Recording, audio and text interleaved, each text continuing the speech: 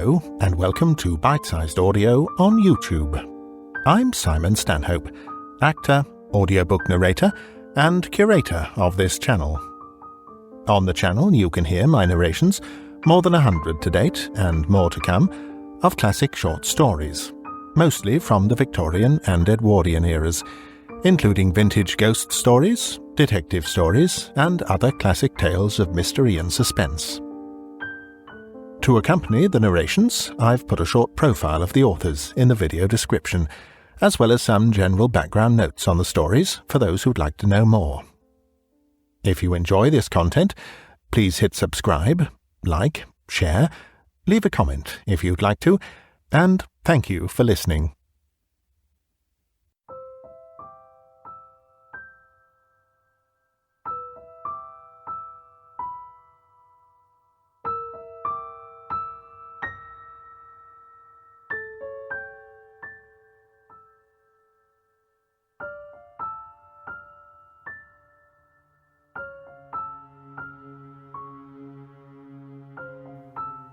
How Śiva Spoke, by L.T. Meade and Robert Eustace.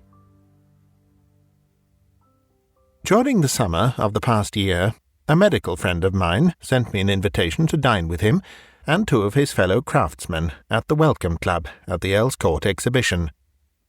One of our party was a certain Dr. Laurier, a young man of considerable ability, whose special attention had been directed to mental diseases. He was, indeed, a noted authority on this subject, and had just completed an appointment at one of the large London asylums. During dinner, he entertained us with a few of his late experiences. "I assure you, Mr. Bell," he said, "there is absolutely no limit to the vagaries of the human mind. At the present moment, a most grotesque and painful form of mental disease has come under my notice. The patient is not a pauper, but a gentleman of good standing and means. He is unmarried and owns a lovely place in the country. He spent the early years of his life in India, and when there the craze began, which now assumes the magnitude of a monomania." "Pray, let me hear about him, if your professional etiquette allows you to talk on the subject," I answered. "I will certainly tell you what I can," he replied. "I have known the man for years, having met him in town on several occasions. Last week his nephew came to see me, and spoke seriously with regard to his uncle's state of mind. His great craze for years has been spiritualism, theosophy, and Mahatmas, with all their attendant hocus-pocus. He firmly believes in his power to call up spirits from the vasty deep, and holds many extraordinary séances." "But surely such a craze is not sufficient to prove insanity," I said. "Hundreds of people believe in such manifestations at the present day." "I know that well, and perfectly harmless such crazes are, so long as the victims confine their beliefs to spirit-rapping, table-turning, and humbug of that sort. But when their convictions lead them to commit actions which compromise serious interests, and when, as in this case, there is a possibility of life itself being in danger, it is time they should be looked after." "What is the particular nature of your friend's delusion?" I asked. "This.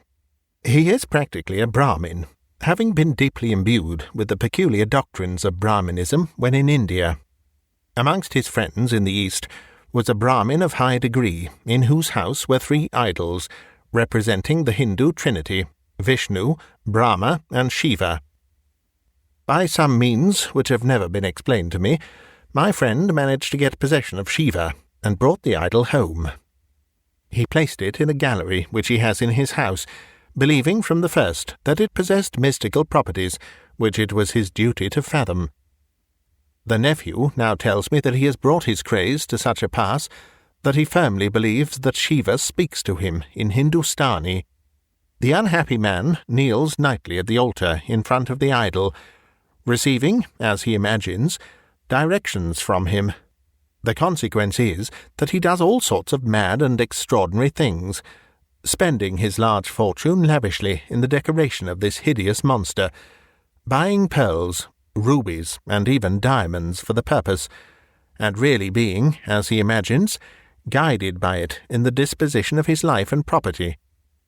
He has a young niece residing with him, to whom he has always been very much attached, but of late he has been cruel to her, banishing her from his presence, refusing her his sympathy, and has even gone to the length of threatening to take her life, saying quite openly that Śiva informs him night after night of her treachery towards him. Now, the nephew is engaged to this girl, and is naturally anxious about her.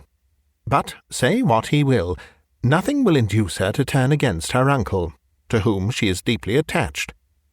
She denies that he threatens her life, although the nephew declares that he did so in his own presence. Under such circumstances, her friends are, naturally, most anxious about her, and feel it their duty to get a medical opinion with regard to the uncle. I am going down to his place tomorrow, and shall there meet his regular medical attendant in consultation. And then, I suppose, certify as to his insanity? I answered. Doubtless. That is, if we come to the conclusion that the man is really insane. What an awful responsibility is reposed in you doctors, I said. Think what it means to condemn a man to a lunatic asylum. In the hands of the unscrupulous, such a power is terrible. Dr. Laurier knitted his brows, and looked keenly at me. What do you mean? He said, in a curious tone. Of course mistakes are made now and then, but not, I believe, often. To act in good faith and exercise reasonable care are the two requisites of the law. Of course, I replied. There are great difficulties on both sides of this momentous question, but if I belonged to the profession, I can frankly say that nothing would induce me to sign a certificate of lunacy. A few moments afterwards, we all rose and strolled about the grounds. As we were parting at the exit gates, I called Dr. Laurier aside. The love of mystery is to me a ruling passion, I said. Will you excuse the great liberty I take when I ask you to let me know the result of your visit of tomorrow? I am immensely interested in your spiritualist patient. As I spoke, I scribbled my address on a card and handed it to him, half expecting that he would resent my intrusiveness. A smile flitted across his clever face, and he stood looking at me for a moment under the glare of the great arc lights. I will certainly give you the result of my visit, as you are so much interested, he replied. Good night. We got into our respective hansoms and drove off in different directions. I had much to do, and soon forgot both Dr. Laurier and his patient. Therefore, on the following Monday, when he was ushered into my presence, my surprise was great. I have come to fulfill my promise, he began. I am here not only to satisfy your curiosity about my patient, but also to ask your advice. The fact is, the matter has, I think, now merged more into your domain than mine. Pray tell me what has happened, I asked. That is what I am about to do. But first, I must ensure your absolute confidence and secrecy, for my professional reputation may be seriously compromised if it is known that I consulted you. I gave him the assurance, and he proceeded. My patient's name is Edward Thesiger. He lives in a place called the Hind in Somersetshire. I went down, as I had arranged, and was met at the station by his nephew, Jasper Bagwell. Bagwell is a thin, anxious-looking man of about 35. He drove me over to the Hind, and I was there met by Thesiger's own physician, Dr. Dalton. Dalton and I each made a separate examination of the patient, and came to the conclusion that he was undoubtedly queer. In the course of the afternoon, we were all wandering round the grounds, when we were joined by the young girl to whom Bagwell is engaged. When she saw me, she gave me a very eager glance, and soon attached herself to my side. I want to speak to you, Dr. Laurier, she said, in a low voice. I managed to drop behind in order to give her an opportunity. "I know what you have come about," she said. "What do you think of my uncle's case?" "I am not prepared to hazard an opinion," I replied. "Well, please listen to something I have got to say. Jasper Bagwell has his own reasons for what he tells you. You do very wrong to listen to him. Uncle Edward is queer, I grant, with regard to the idol Śiva. That is because he is in reality a Brahmin. But if you sign a certificate to the effect that he is mad, you will be making a very terrible mistake." As she spoke, her lips trembled, and tears filled her eyes. "I am terribly unhappy about it all," she continued. I looked at her earnestly. Then I said, in a low voice, "Forgive me if I reply to you as plainly as you have just spoken to me. You arouse my surprise when you speak as you do of Mr. Bagwell. Is it not the case that you are engaged to marry him?" She gave a visible start.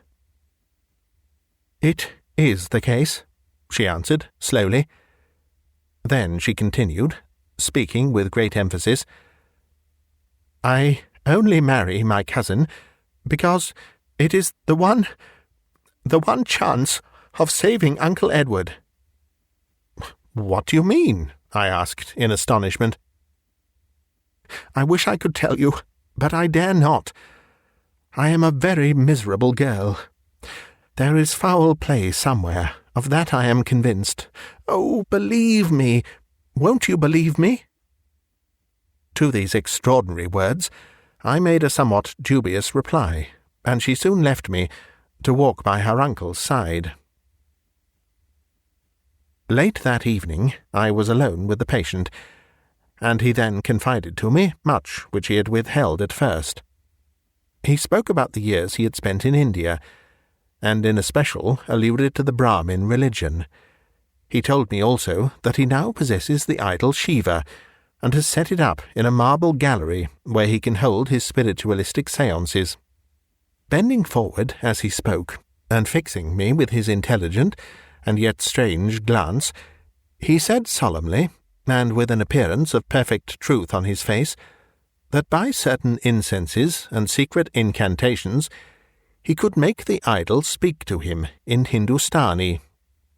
He said further that he felt himself completely dominated by it, and was bound to obey all its dictates. As he said the latter words, his face grew white to the lips. "Śiva is exigent in his demands," he said slowly. "Exigent and terrible. But come, I will take you into the gallery, and you shall see him for yourself." I went gladly. We had to go through a long conservatory, which opened out of the dining-room. From there we entered an oval-shaped room. Thesiger brought me straight up to the idol. It was placed upon a pedestal, and I begged of him to take what steps he considered necessary in order to induce the creature to speak. He willingly obeyed my desire, and with great solemnity went through elaborate operations. Then, turning the lamp very low, knelt at the altar in front of the idol, and began to address it. He waited for its replies, which were, of course, inaudible, and then continued speaking again. After some moments spent in this way, he declared solemnly that it had replied to him, and practically called me a liar when I said I had not heard it. When he turned up the lamp at the end of this strange scene, I noticed for the first time that the idol was decorated with precious stones of extraordinary value. To leave such valuables in a room with an unlocked door was in itself a symptom of insanity, and when I parted with Thesiger for the night, I had not the least doubt that my unfortunate host was really insane. All the same, I had a curious unwillingness with regard to signing the certificate. Bagwell eagerly asked me if I did not intend to sign. To his astonishment, I replied in the negative. I said that the case was a very peculiar one, and that it would be necessary for me to pay a second visit to the patient before I could take this extreme step. He was, I could see, intensely annoyed, but I remained firm.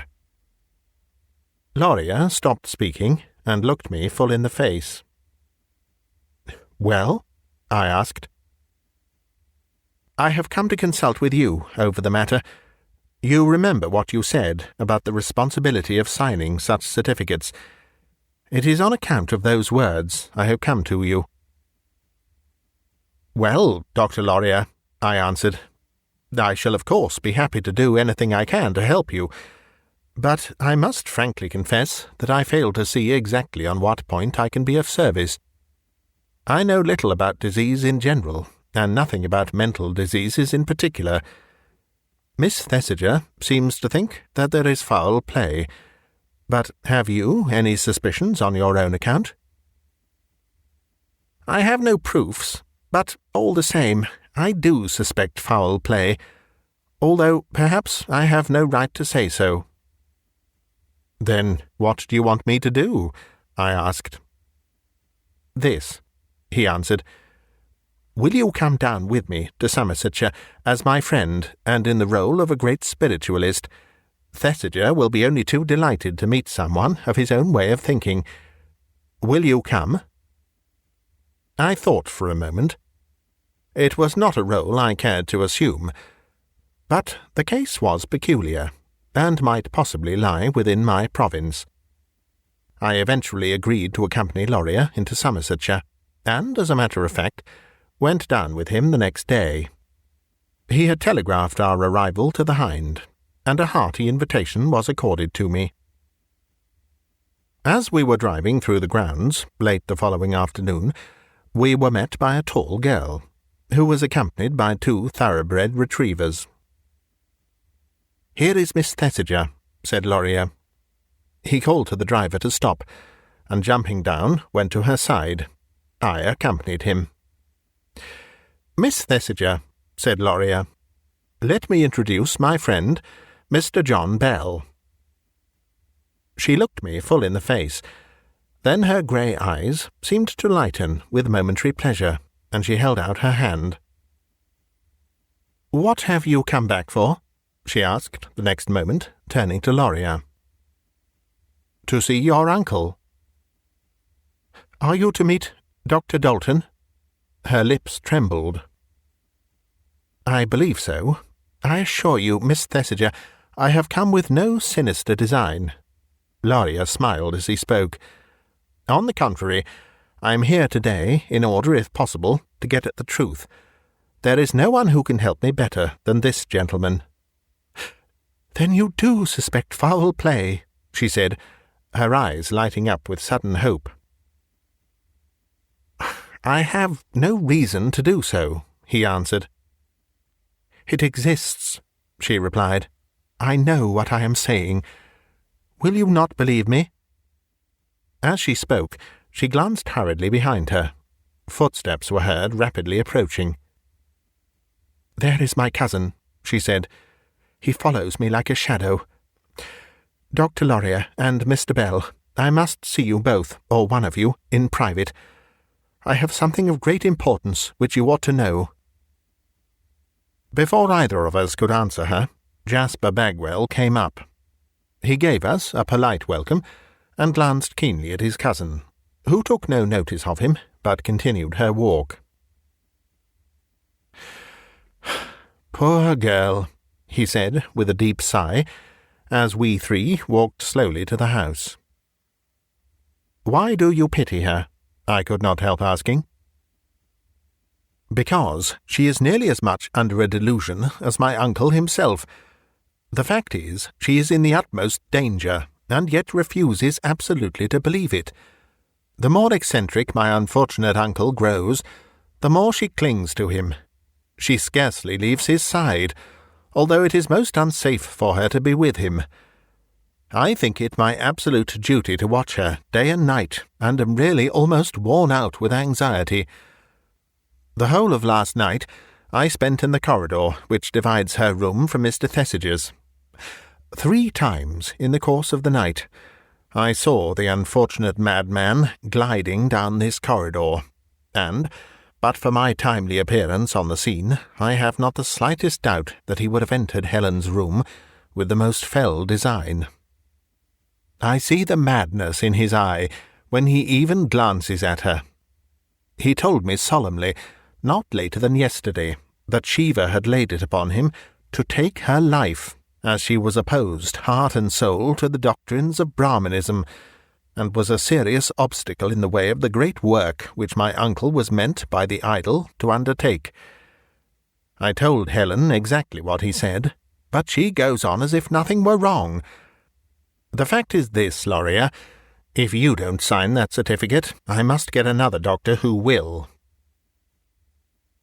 Bagwell's communications were certainly alarming, but we had scarcely time to reply to them before we reached the house.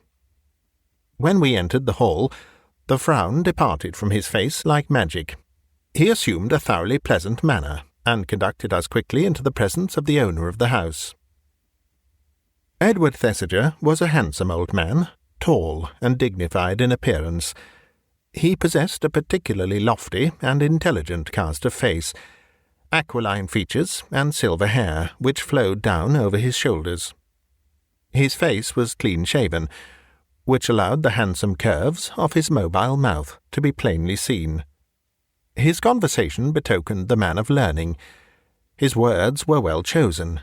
His manner was extremely calm and quiet. At a first glance, no one could look more thoroughly sane. During dinner that night, I happened to be seated opposite Miss Thesiger. She was very silent, and seemed terribly depressed. I noticed that she often glanced at her uncle, and further observed that he carefully avoided meeting her eyes. When she came into the room, he manifested distinct uneasiness, and when she retired to the drawing-room after dinner, a look of relief filled his fine face. He drew up his chair near mine, and began to talk. "I am glad you were able to come," he said. "It is not often one has the privilege of meeting a thoroughly kindred spirit. Now, tell me, have you carefully studied Brahminism?" "I have done so cursorily," I replied, "and have had, from time to time, curious dealings with the supernatural." I then added, abruptly, "I am much interested to hear from Loria that you, Mr. Thesiger, possess the idol Śiva in this house." "Hush!" he said, starting and turning very pale.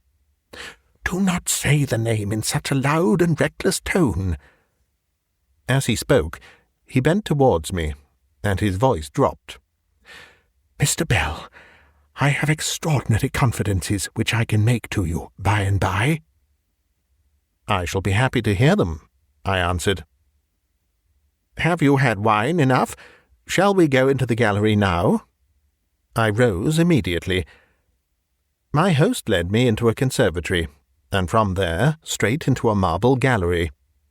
It was a curious-looking place, being a large oval chamber, 40 feet long.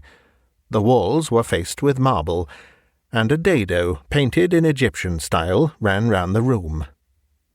Halfway between the middle of the room and the end stood a fountain of curious design. It consisted of the bronze figure of a swan with wings outspread. From its bill the water issued and fell into a circular basin. Facing this fountain, 20 feet away, stood the idol, with its little altar in front of it. I went up and examined it with intense interest. The pedestal on which it rested was about 3 feet high. The idol itself was the same height, so that its 5 heads were almost on a level with my face. Round the neck and decorating each of the heads were jewels of extraordinary magnificence. The hand which held the trident was loaded with diamond rings. It is almost impossible to describe the sinister effect of this grotesque and horrible monster, and when I saw Mr. Thesiger gazing at it with a peculiar expression of reverence, not unmixed with fear, I felt certain that Bagwell was right and that the man was dangerously insane. As I was thinking these thoughts, my host groaned quite audibly, and then looked steadily at me. "I am living through a very terrible time," he said in a low voice. "I am the victim of a strange and awful power." Here his words dropped to an intense whisper. "Years ago, when I became a Brahmin," he continued, "voluntarily giving up the faith in which I was born, I little knew to what such a step would lead. I stole Śiva from the house of my Indian friend, and brought the idol home. From the first, it began to exercise a marvellous power over me. I had made a large fortune in India, and when I came to England, bought this place, and finding this curious gallery already in existence, had it lined with marble, and set up Śiva in its midst. The study of the faith which I had adopted, the holding of spiritualistic seances and matters of that sort, occupied my time, and I became more and more imbued with the strange mysticism of my belief. As the years flew by, I was more and more firmly convinced that what looks like mere wood is, in reality, imbued with strange and awful qualities. I shall never forget that terrible evening when Śiva first spoke to me." "How long ago was that?" I interrupted. "Some months ago now. I was kneeling by the altar, and was speaking to him as usual, when I heard words uttered in Hindustani. At first I could scarcely credit my own ears, but soon I grew accustomed to the fact that Śiva wished to hold communication with me, and listened to him nightly. At the beginning of our remarkable intercourse, he laid certain mandates upon me, which resulted, as you see, in my decorating him with these precious stones. I felt bound to obey him, whatever he dictated. But of late he has told me... The old man began to shudder and tremble. While he had been speaking to me, he had been gazing at the idol. Now he walked a few steps away and turned his back on it.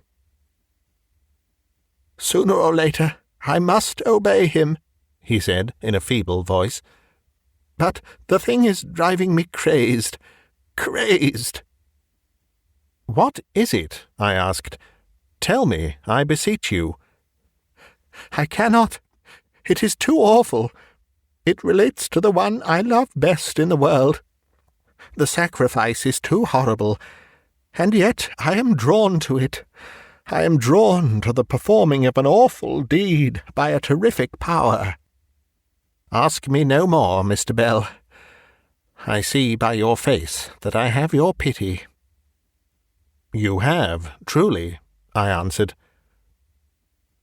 I had scarcely said the last words before the door of the gallery was opened, and Miss Thesiger, Bagwell, and Loria appeared. Miss Thesiger went straight to her uncle's side, and laid her hand on his shoulder. "Must you stay up any longer?" she asked in a gentle voice. "I heard you walking about last night. You were restless and did not sleep. Do go to bed now. You seem so tired. I know these gentlemen will excuse you," she added, glancing from Loria to me. "Certainly," said Loria. "I should recommend Mr. Thesiger to retire at once. He looks quite worn out." "I shall go presently, said Thesiger, in a somewhat curt voice. "Leave us, Helen. There's a good child. Go, my dear." "Go, Helen. Don't irritate him," I heard Bagwell say. She gave a quick, despairing glance from one man to the other, then, turning, left the room.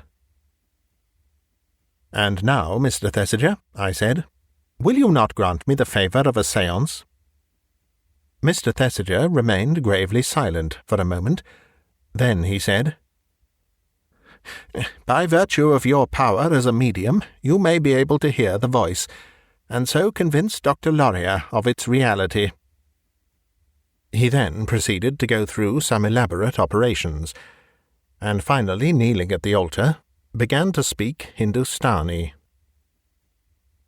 It was about the strangest scene I had ever witnessed, and though I stood almost at his elbow, I could hear no sound whatever but his own voice. "Shiva will not speak tonight," he said, rising. "There must be someone here whose influence is adverse. I cannot hear him. It is strange." He looked puzzled, and more relieved than otherwise. "You will go to bed now, sir," said Bagwell. "You look very tired." "I am," he replied. "I will leave my friends with you, Jasper. You will see that they have all they want." He bade Loria and me a courteous good night, nodded to his nephew, and left the room. "This is the most extraordinary phase of mental delusion I ever heard of," I said. "If you will permit me, Mr. Bagwell, I will examine this idol more particularly." "You can do so, if you please," he said, but he did not speak in a cordial tone. "Examine it to your heart's content," he continued a moment later. "Only pray don't disarrange it. He seems to know by instinct if it is touched. Bah! It is sickening. Shall we go into another room, gentlemen?" Watching his face carefully, I resolved to make my examination in private, and now followed him into the smoking-room. We stayed there for a short time, talking in a desultory manner, and soon afterwards retired for the night. On my dressing-table a note awaited me. I opened it hastily, and saw, to my surprise, that it was from Miss Thesiger. "I could not get the opportunity I needed tonight," she wrote, "but will you meet me in the Laurel Walk tomorrow morning at 5 o'clock? I tore up the letter after reading it, and soon afterwards got into bed. I must confess that I slept badly that night. I was worried and anxious. There was not the least doubt that Thesiger was mad. It was all too apparent that his madness was daily and hourly assuming a more and more dangerous form. The affectionate girl who clung to him ought undoubtedly to be removed from his neighbourhood. At the hour named by Miss Thesiger, I rose, dressed, and stole downstairs through the silent house. I found her, as she had indicated, in the Laurel Walk. "How good of you to come," she said. "But we must not talk here. It would not be safe."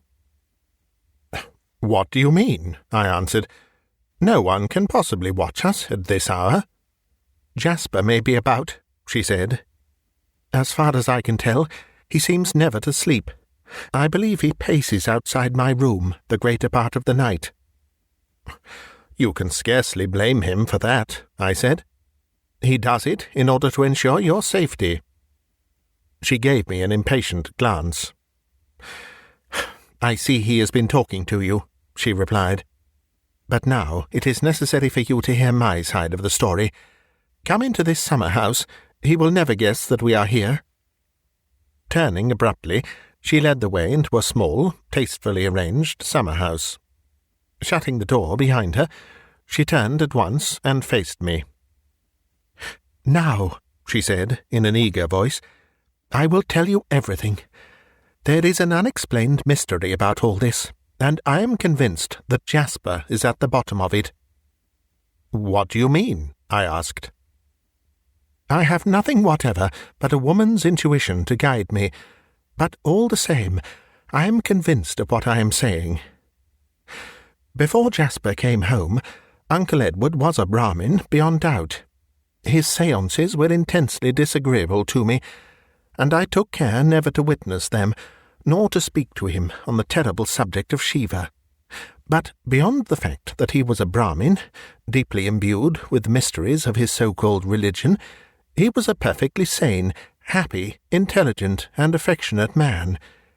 He loved me devotedly, as I am the child of his favourite brother, and told me, just before Jasper's arrival, that he had made me his heiress. leaving me all that he possessed in the world. He had never liked Jasper, and was annoyed when he came here and made this house his headquarters. I had not met my cousin since I was a little child, and when he arrived on the scene, took a great dislike to him. He began at once to pay me hateful attentions, and to question me eagerly with regard to Uncle Edward and his ways.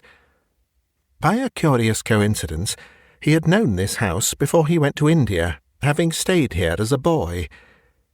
He showed particular interest in the Oval Gallery, and encouraged Uncle Edward to talk of Śiva, although he saw that the subject excited him considerably.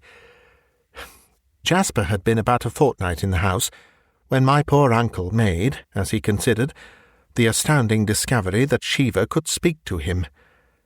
I shall never forget the first day when he told me of this, the sparkle in his eyes, the tremble of his hands, the nervous energy which seemed to animate him. From that hour, day by day, came the gradual diminution of strength, both of mind and body, the loss of appetite, the feverish touch. All these things puzzled and distressed me, but I could not bear to confide my fears to Jasper. These things went on for over a month, and Uncle Edward certainly deteriorated in every way. He spent the greater part of both day and night in the gallery, begging of me to come with him, imploring me to listen for the voice. During that month, he spent a large fortune in precious stones for Śiva, showing them to me first, before he decorated the hideous thing with them. I felt wild with misery, and all the time Jasper was here, watching and watching. At the end of the first month, there came a distinct change. Uncle Edward, who had been devoted to me up to then, began to show a new attitude. He now began to dislike to have me in his presence, often asking me as a special favour to leave the room. One day he said to me, "Do you keep your door locked at night?" I laughed when he spoke. "Certainly not," I answered. "I wish you would do so," he said, very earnestly. "Will you, as a personal favour to me?" Jasper was in the room when he spoke. I saw a queer light flashing through his eyes, and then he bent over his book as if he had not heard. "As a special favour to me, keep your door locked, Helen," said Uncle Edward. I made him a soothing answer, and pretended to assent. Of course, I never locked my door. Then Jasper began to talk to me. He said that Uncle Edward was not only mad, but that his mania was assuming a terrible form, and against me. He said that my life was in danger. He thought to frighten me. Little he knew. Here the brave girl drew herself up, indignation sweeping over her face and filling her eyes. I told him I did not believe a word of what he said. I declared that Uncle Edward could not hate me. Is he not the one I love best in the world? Jasper grew very angry. "Look here, Helen," he said. "I know enough to lock him up." "To lock him up in a lunatic asylum?" I cried. "Yes," he answered. "I have only to get 2 doctors to certify to the fact of his insanity, and the deed is done. I have made up my mind to do it."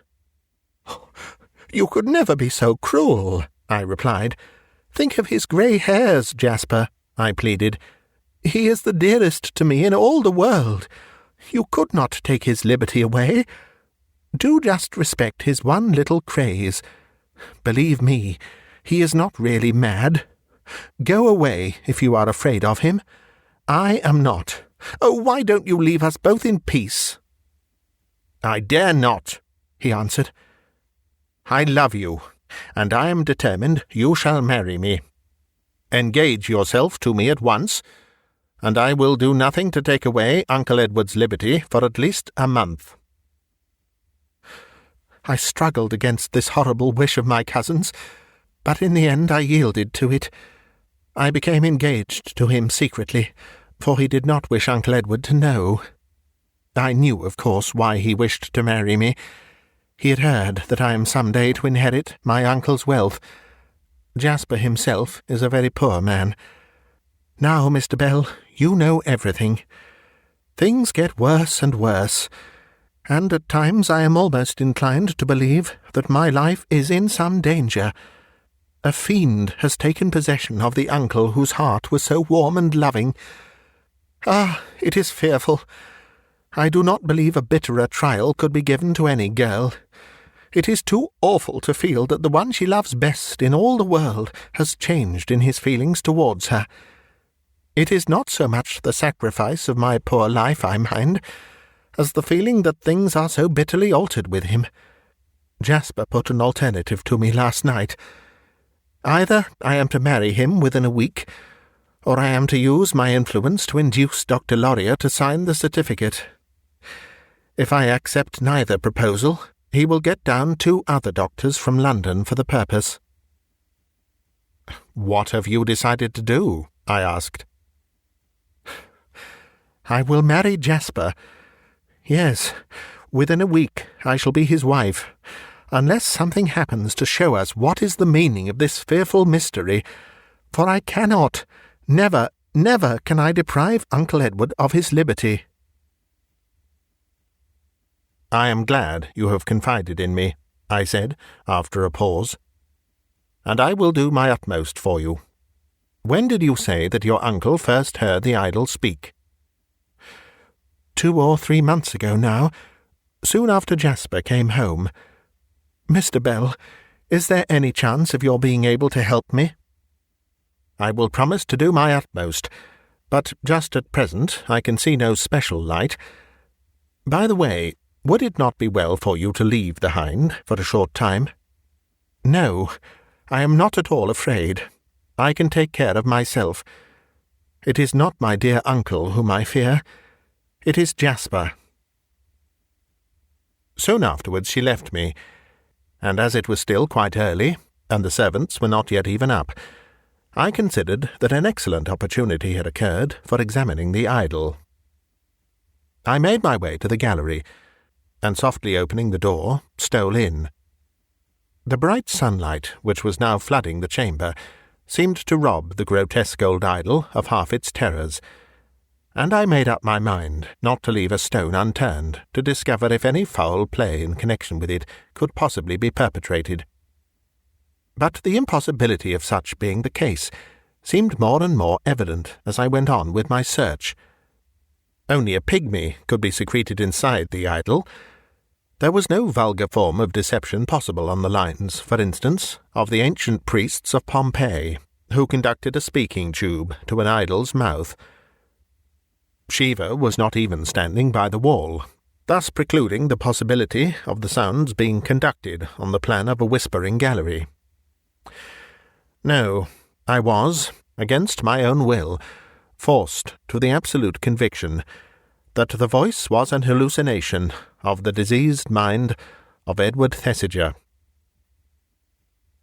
I was just going to abandon my investigations and return to my own room, when, more by chance than design, I knelt down for a moment at the little altar. As I was about to rise, I noticed something rather odd. I listened attentively.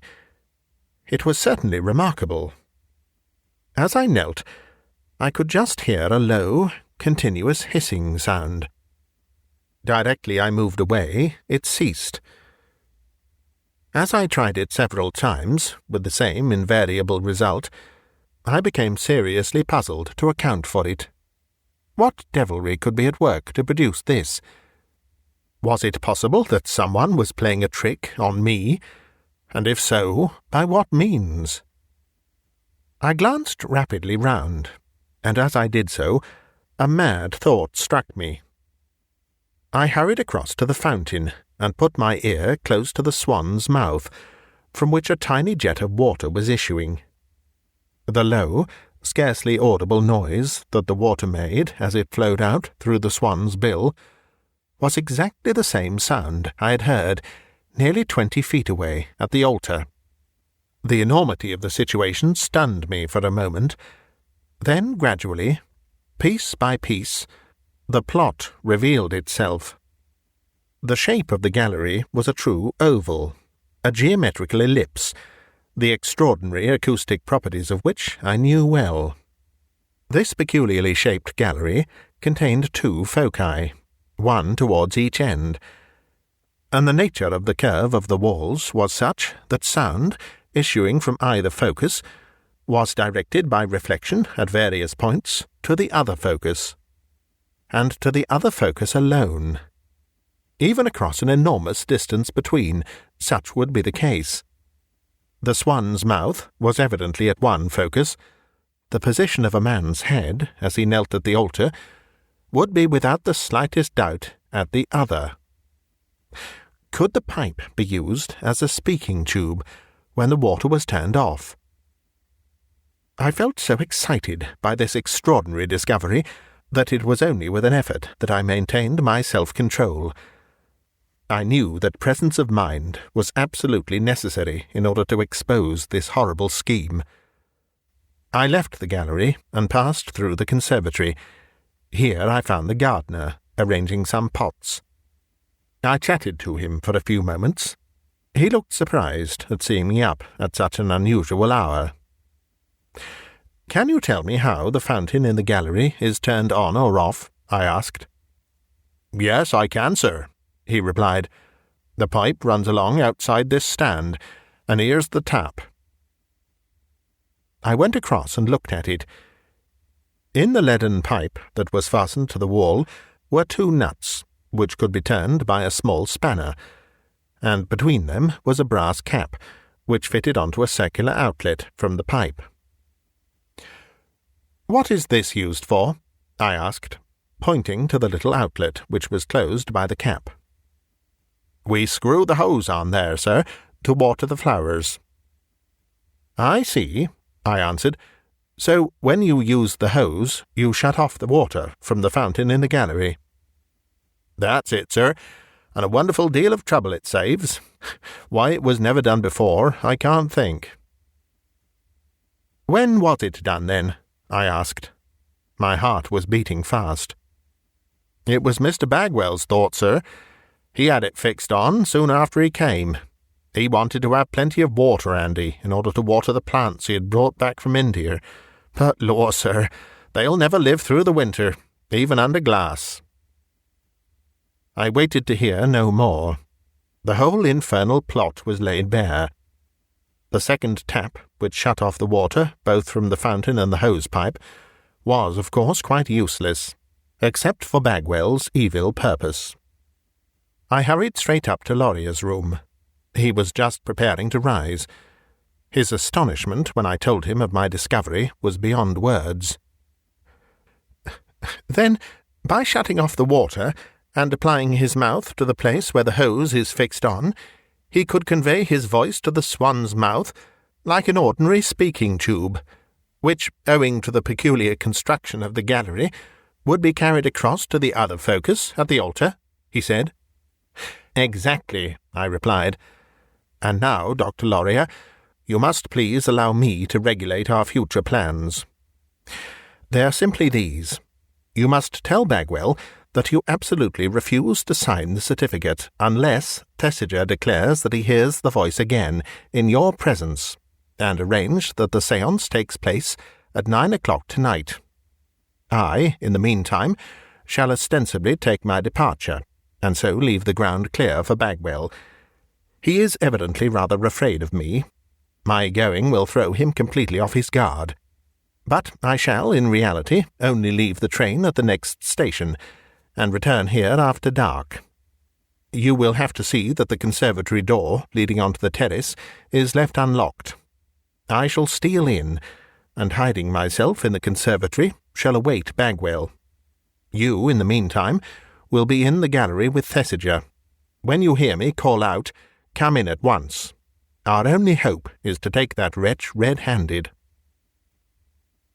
To this hastily constructed scheme, Lauria instantly agreed, and at 4 o'clock that afternoon I took my leave, Miss Thesiger, looking white and miserable, standing on the steps to see me off.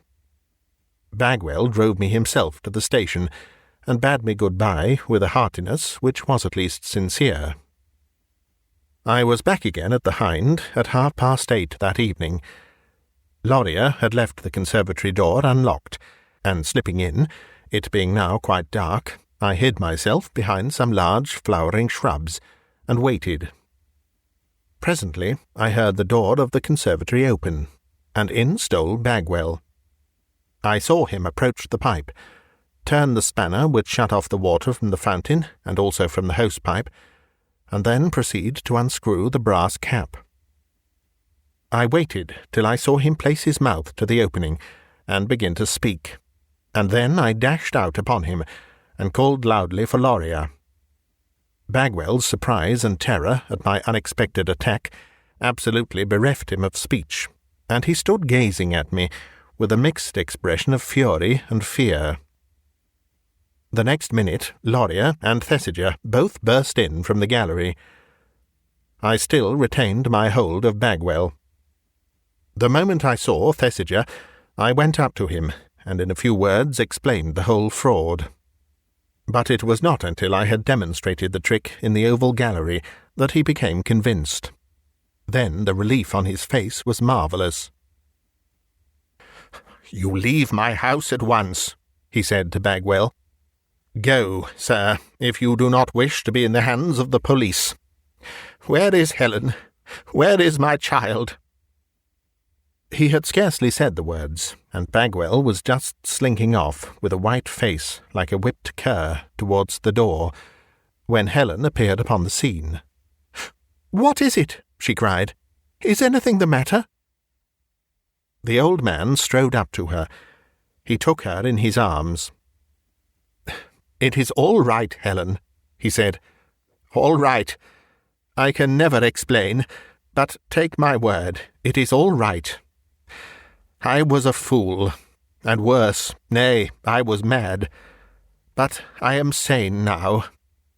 Mr. Bell, I can never express my obligations to you. But now, will you do one thing more?" "What is that?" "Be assured I will do anything in my power," I answered. "Then return here tonight, and destroy Śiva. How I could have been infatuated enough to believe in that senseless piece of wood is beyond my power to understand. But destroy it, sir. Take it away. Let me never lay eyes on it again."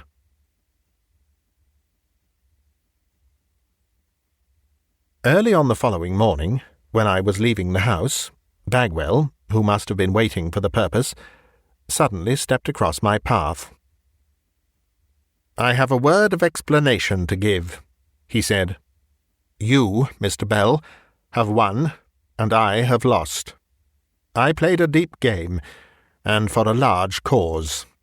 It did not occur to me as possible that anyone could discover the means by which I made Śiva speak.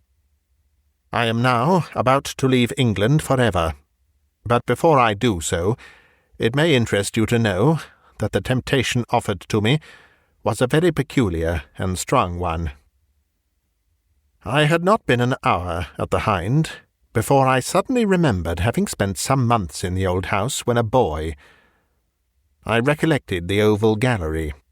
Its peculiar acoustic qualities had been pointed out to me by a scientist who happened to live there at the time. The desire to win, not Helen, but my uncle's property, was too strong to be resisted by a penniless man. My object was to terrify Thesiger, whose brain was already nearly overbalanced, into complete insanity, get him locked up, and marry Helen.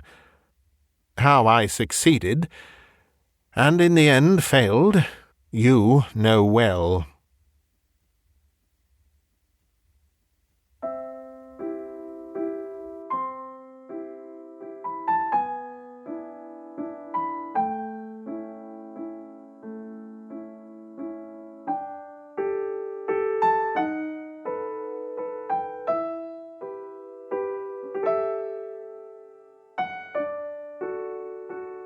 You've been listening to a bite-sized audiobook, read by me, Simon Stanhope.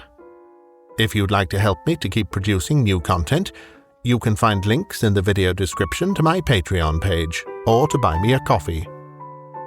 Another way to support me is through my Bandcamp page, bitesizedaudio.bandcamp.com, where you can hear my narrations of many more classic short stories, and you can also purchase and download them to keep. This recording is copyright Bitesized Audio 2023. Thank you for listening.